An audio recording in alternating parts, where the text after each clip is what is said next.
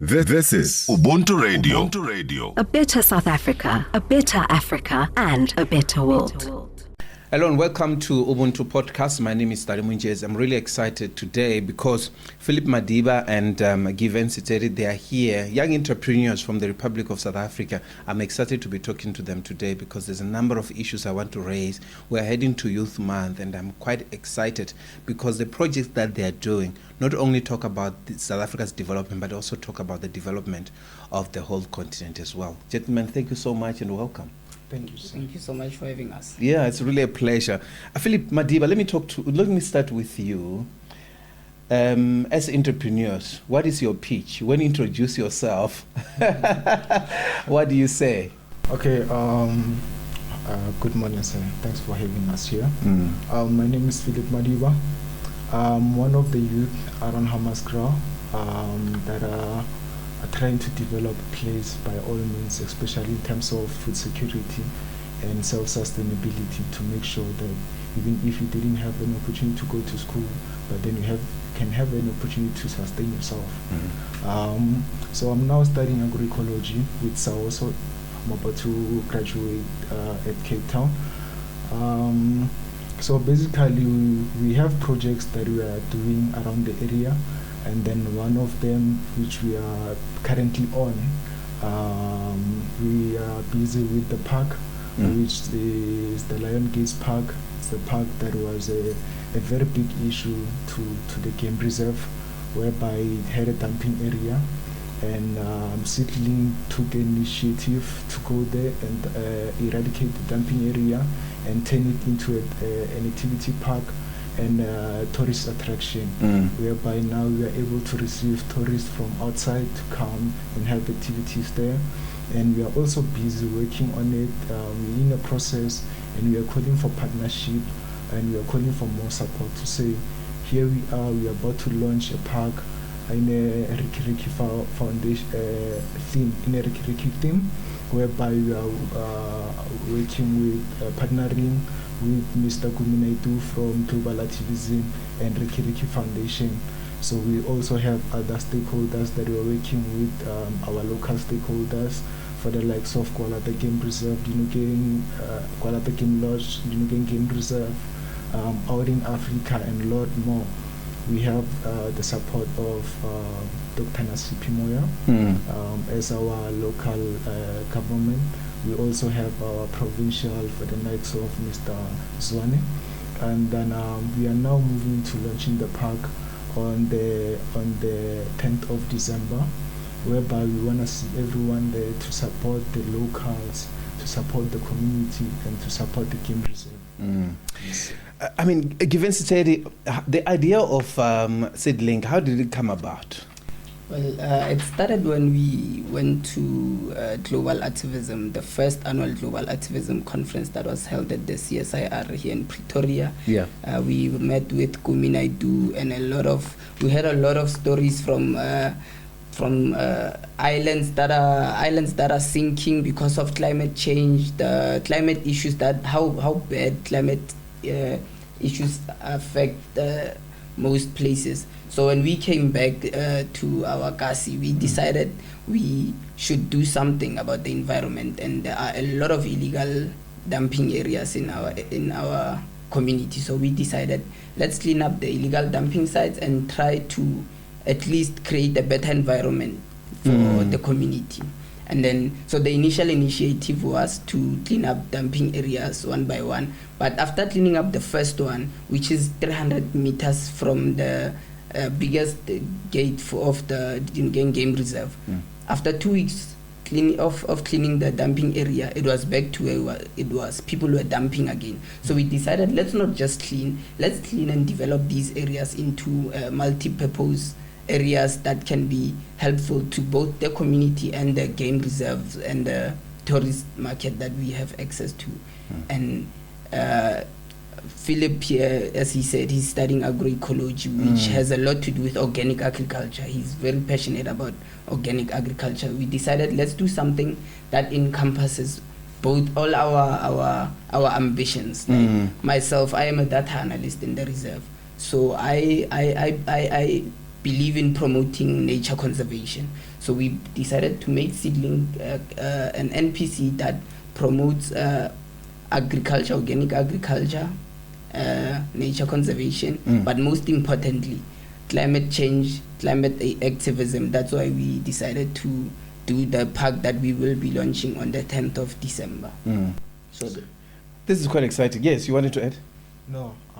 Yeah, I'm wanting to find out agroecology. I mean, in a nutshell, please brief us, because youth will be studying technology, you'll be arts and culture, but you decided agroecology. Yes. Take us through that field. What it looks at. Okay. Agroecology is exactly the awareness, the holistic approach, the organic, the food security, whereby it's another approach into your health. You know you are what you eat. So basically, we are trying to develop more farmers that are planting organic. And as I will be doing my practicals in our biotech, I will be working to reduce chemicals to more of organic, or using more of ways of organic to reduce chemicals on plants.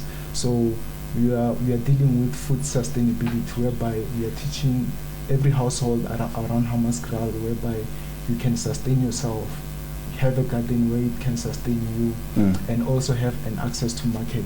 So what we are basically doing now, we are hosting workshops in Kwalata Gaming Lodge, whereby we will meet once a month with our local farmers, teach them of intercropping, mulching, how they can protect their plants. But basically, the main direct things that we're working on your soil health, production, and also access to market.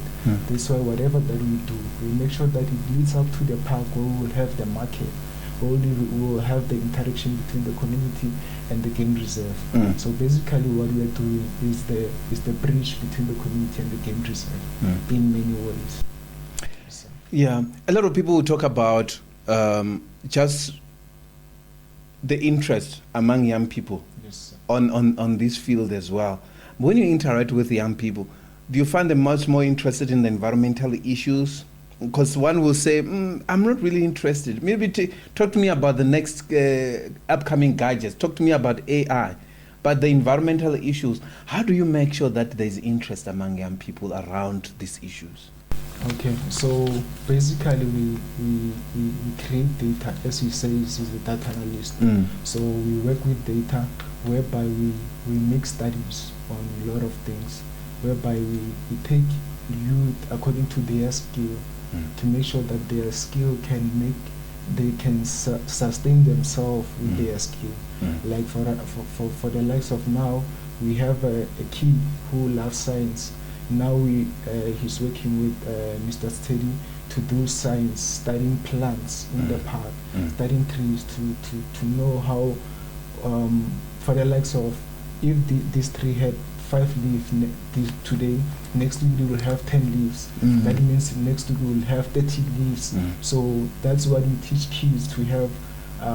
It's not only about planting, but then the holistic approach, the relationship between you and trees. Yeah. So that's what we are trying to teach kids. We are going more deeper into and making activities out of it. Because not every kid loves to sit in a class and take a book and sit down on it. So we are trying to make it more practical for them to say, here, this is your tree, love it, and then you will see how it will grow. So basically, we use this word that says, the seed you plant is the future that you will harvest.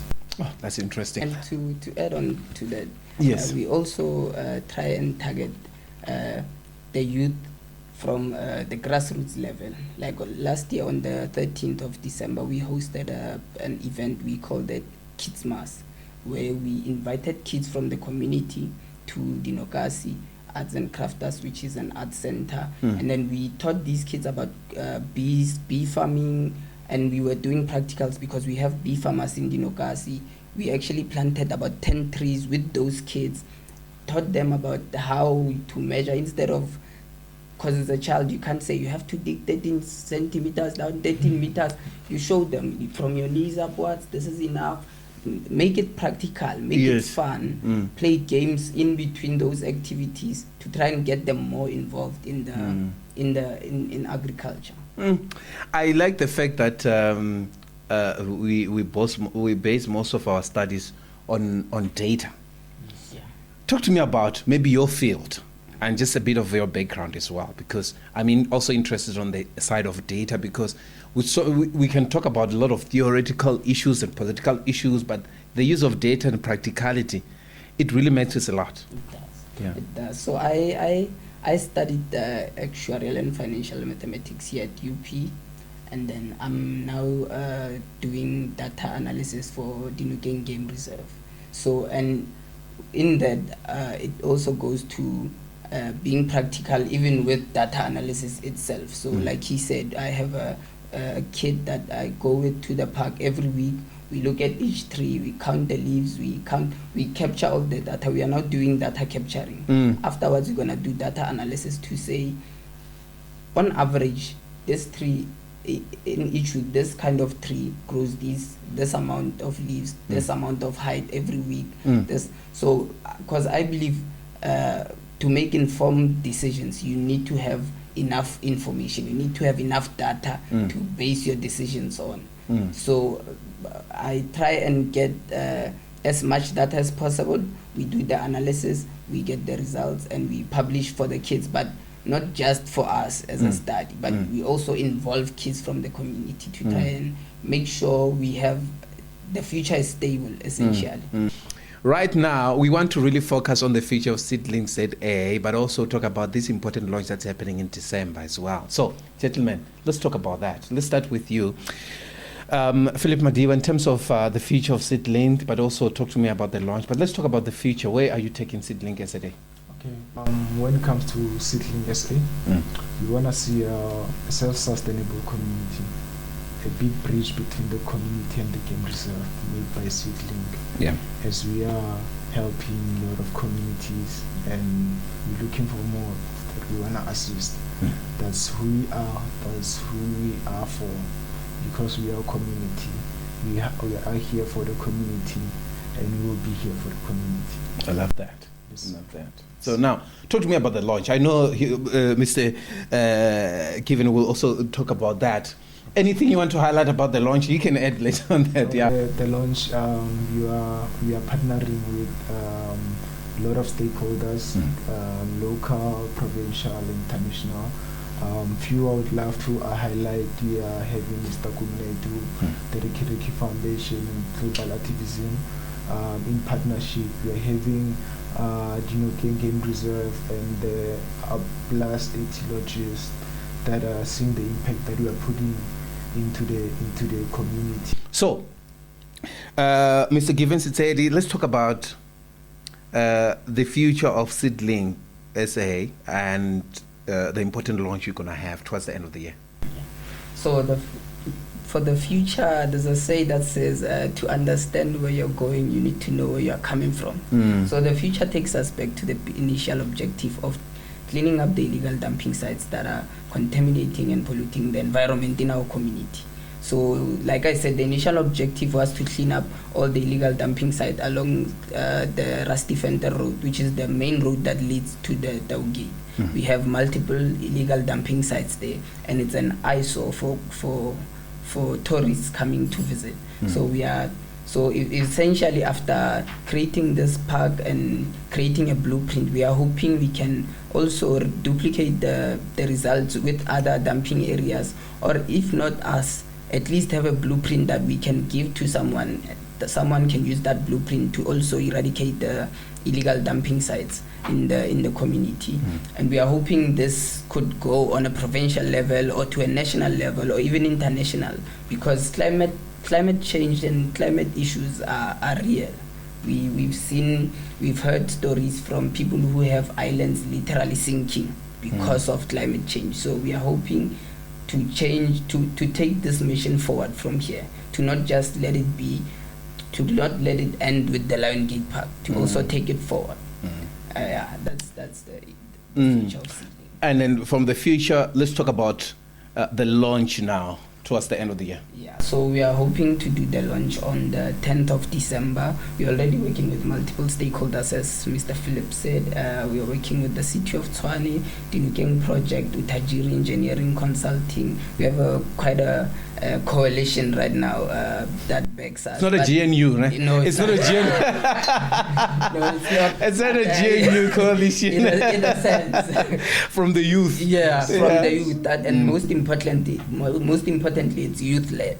Because I think I don't like how inactive the youth is when it comes to climate issues and agriculture. Like you said, they are more interested in AIs and the new gadgets because of what they are being exposed to. So we are hoping to create enough awareness to expose the youth to such issues.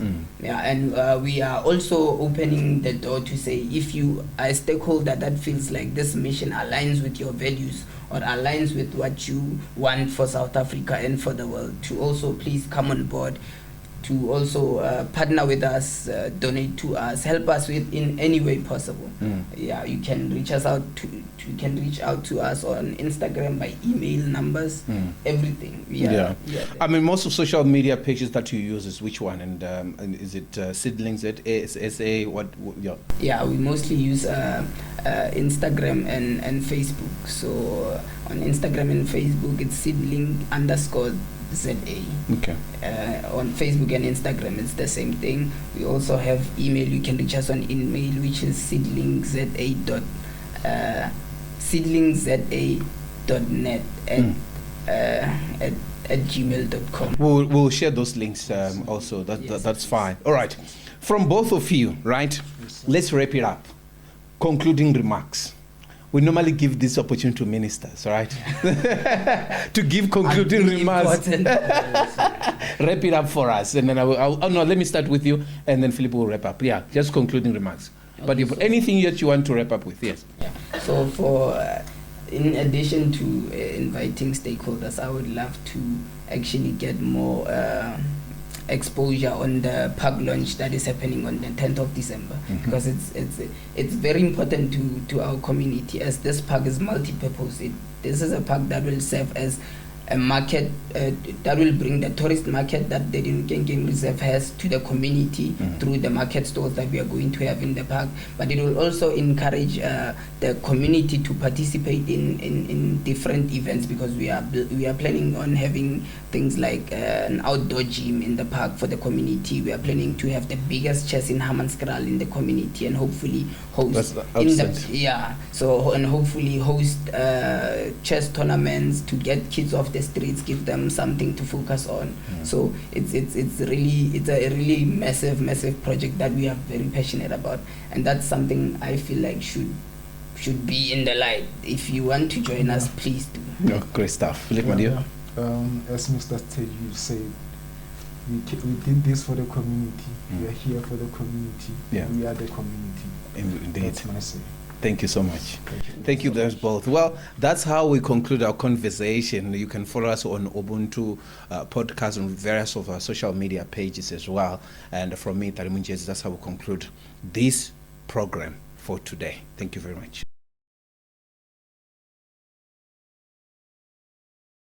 This is Ubuntu Radio. A product of the Department of International Relations and Cooperation, South Africa.